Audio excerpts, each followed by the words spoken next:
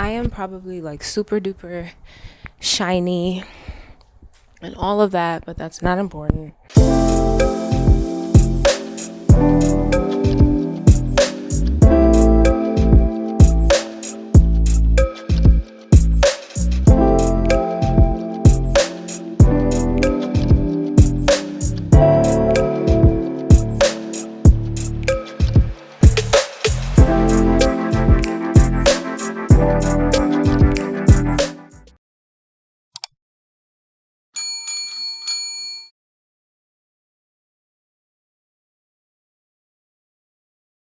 Hi everyone, how are you?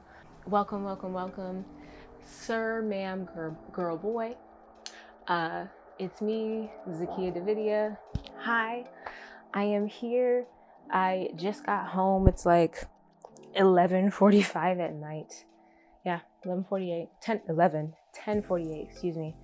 I just got home from work. I had a very interesting experience and a very, negative turn positive experience take place like just now, getting off of work.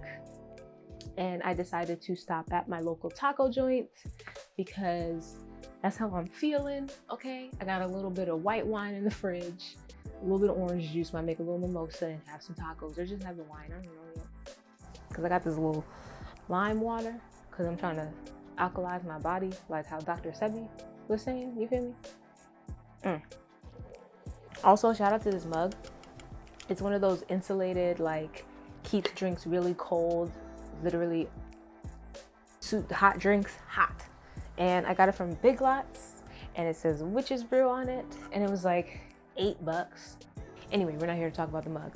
We're here to talk about my trip to go and get my little tacos. Okay, to set the scene, I pulled up to my taco joint, and there was a Hispanic gentleman standing outside with his friend, and I pulled up and he was just looking in my car, kind of looking at me, staring at me, very like, me being from the East Coast, I just was like, and I thought that was enough to, he looked at me do that and he walked away, and I was like, okay, he's gone. Like that was enough. So I walk in, do my little hand sanitizer, get in line, and I did not even realize that those two men were behind me in line. So they're behind me in line, and I'm standing in line, and we get towards the front of the line, and I felt like a presence, like a, not me knocking, baby, if I don't have a lav on and I knock into it at some point, I don't have a lav on. I'm in line and I felt a presence, and I was like, what is that? And I turned, you do one of those little slight turns. I did a little slight turn, and dude was on me, like whoop. And I was like, hi. And he was like, hello. And I was like, okay. And then back to my phone. He like took a step closer to me, and I took a step forward. And so we get to the front of the line, and I'm at the beginning of the line now. And he says something, no. Before that even happens, Charlie, shout out to Charlie. Thank you so much, Charlie. Curtis, your wife, thank you so much. But Charlie, she was standing there and she saw me kind of look when he was standing so close to me and took that step towards me. She saw my discomfort and she was like, hey, are you okay? Do you know that man? Are you okay? And I said, no, I don't know him. Yes, I'm okay. And then a few minutes later, he steps like into my personal space and says something to me in Spanish. I don't speak Spanish very fluently, so I don't know what he said. I can't tell you.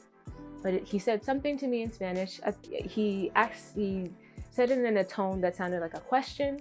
Charlie was like, no, like, dude, you need to back up. She doesn't want to talk to you. She called the security guard over. another, short kind of Hispanic guy, and he, even as a security guard, he really did not do anything. He just, I believe, told him that he needs to like maintain a 6 feet distance. But the guy didn't back up, and in the midst of that interaction, I got called up to the front of the line to order my food. I get called to the line, I order my food, and I sit down. Of course, those men are behind me, so they order their food next. And Charlie, she was so kind, and she said, hey, like, if you want to sit down and like wait, and like I can walk you to the car, and like you'll be cool, I got you. Charlie, eventually got to the front of the line, ordered her food, and we sat down and chatted for a little bit, and she talked to me about how she works in a bar setting, and she sees things like that happen all the time.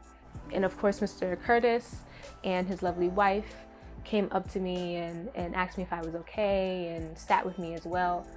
Strangely enough, those two men, even in the midst of all of that, those two men still kind of stood off to the side and watched me. And I don't know, like, it was very strange.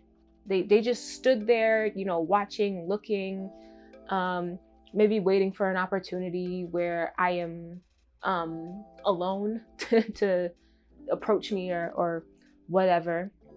The security guard himself kind of brushed off the situation, and he just looked at me and shrugged, and he was like, sorry, like, sorry that these men are perverted and harassing you, oops. Hey y'all, this is editing Zakiya here on the iPhone in the bonnet. Yes ma'am. I wanted to give a little update on this story because after I filmed this video, Charlie and we had a conversation on the phone, and she told me that the security guard, when I left, went over to the guys and was basically like, I want to use the word congratulating, but like, how men are when they're like, oh yeah, man, she was cute, blah, blah, blah, like validating their behavior. Keep in mind what I said. An older security guard man validating the behavior of these two definitely looking over 40-year-old men. I'm just saying, it's a different time. And that in itself goes along with that idea that some men carry, that it is okay to harass and sexually assault women just because they are good looking and you think that they are attractive. Like, well, that you're pretty, so you should be okay with this kind of treatment. You should be used to this kind of treatment. Absolutely the fuck not. That brings me to back when I was 19 and I was a freshman in college, and I went to a little kickback with about 6 people present in the room. One person I believe to be my friend, and I ended up getting raped that night by someone who I had consensual sex with prior to. They, put drugs in my drink, and y'all know how that thing goes. I just wish that someone like Charlie could have been, I'm getting emotional. I just wish that someone like Charlie could have been present, not just for me in that moment where, it was a much more serious thing and things went way too far. I'm also so grateful because, she didn't have to do that. Everyone who was in that restaurant, everyone who was in that line saw what that man was doing, and no one said anything. Now, just for context, I live in California, I live in a city called El Monte, which is majority Mexican. I am like maybe one of the few Black people that live in my apartment complex, so to speak. That kind of experience where, you know, men sort of look at me and watch me and follow me around and drive next to me and stuff like that is something that happens to me more often than I'd like, living in an environment like this. And it sucks because I'm from the East Coast. And I was talking about this with Charlie. I'm from the East Coast, and we don't have a big Mexican population. With all of the stigma, with all of the negative stereotypes that are attached to Mexican men specifically, to have incidents like this occur continuously, it's like you never want to say that a stereotype or a stigma about a group of people is true. You know, I don't want to say that, and I don't believe in that. But it is a strange, warped part of the culture, not you know, just anywhere. You know, being a woman by yourself in a place, you know, it's like things like that happen, and they make me think about like marriage and relationships. And I remember I got in the car and I said to myself, like, one day I need to like get married. One day I need to get married and like have a husband and just have someone who, you know, I can call, have someone who will protect me and keep me safe so that I can go to the fucking grocery store and buy vegetables and fruit. Like, it's not even, and it's so strange because things like this happen in environments where it's like, bruh, this is not a club. Like, we are at a fucking taco joint. Like, we are all here trying to, it is 10:30 at night. We're all here in here trying to get this food and go home. Like, no one is trying to pick up chicks. Like, what? And on top of that, they both of them looked old. Like, they could be my dad. Like, no, sir. No, absolutely not. But I say all that to say, you know, when you see people in compromising situations, when you see people who are uncomfortable, please say something. When you see women who are being followed and pursued, you know, just living their lives, not even being conscious and aware, please say something. Please step in. Please. You know, this incident with Charlie, like, thank you so much, Charlie, for just stepping in and being a sort of a barrier. Because in situations like that, when you are the one being, for lack of a better term, pursued, oftentimes the last thing you want to do is engage that person in conversation. Engage that person in general. It doesn't even help you sometimes to tell them to leave you alone, to tell them to go away, because they take it as a game. They take it as, oh, you know, I got a reaction. It doesn't matter if it's good or bad. I got a reaction, so that means something. And it's absolutely insane. It's absolutely insane. Things like this happen to women every day, regardless of how attractive you are according to society's standards. Things like this happen to women every day. People don't realize that sexual assault is something that can happen to you at any age, regardless of what gender, sex, you know, orientation. That is something that can happen to you at any time, any day, any place. Does not matter. And, you know, it's important to be vigilant and remain vigilant. And when you it's like being on that New York City train, baby, and when you see something, say something. I'm just happy that Charlie was there to be a sort of buffer, because, and I said this to Charlie as well, in situations like this, where I am the other in terms of race or ethnicity, you know, I am not the majority here. I am the one out of two Black people, you know, in a taco shop full of, you know, 30, 35, 40 Hispanic, you know, Mexican people. So just that being a factor, I know and understand that they are not going to be pressed to jump out and defend me, you know, say something and speak up, because, you know, they have no attachment to me.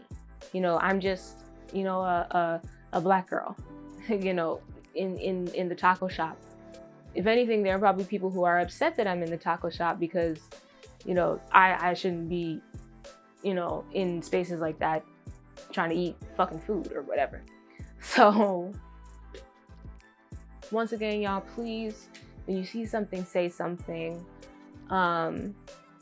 Don't leave people hanging. Don't leave your friends hanging. Like, please, please, please. Okay? Once again, shout out to Charlie.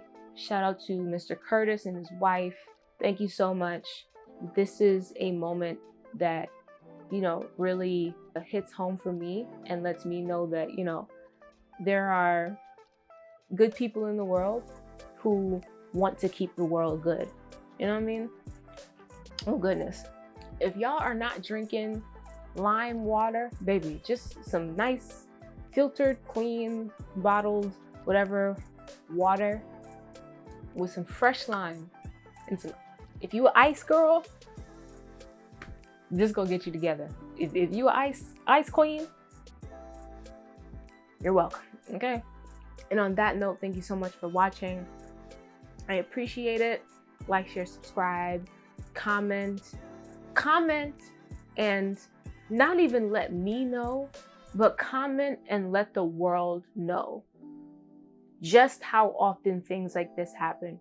If you feel so comfortable, please share your experiences down in the comments. Just so that people, when they come to this video, people can see that this is something that occurs so often. And to all the weird, pervy men that just, like, God, like, can you sit the hell down? Like, what are you doing? What are you doing? First off, and you wonder why, hold on. And you wonder why you're single. You wonder why you're alone. You wonder why you're in your mid-40s standing in the taco joint trying to press up on a girl half your age, okay, with your friend, like you're still 17 years old in fucking high school. You wonder why you're in that position in life. Because that type of energy is disgusting. That type of behavior is disgusting. Women don't like it. Men don't like it. People don't like it.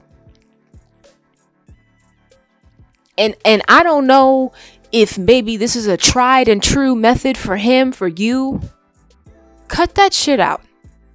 Okay? Seriously. Gosh. Like... All right. Thank you again for watching. I will see you next time.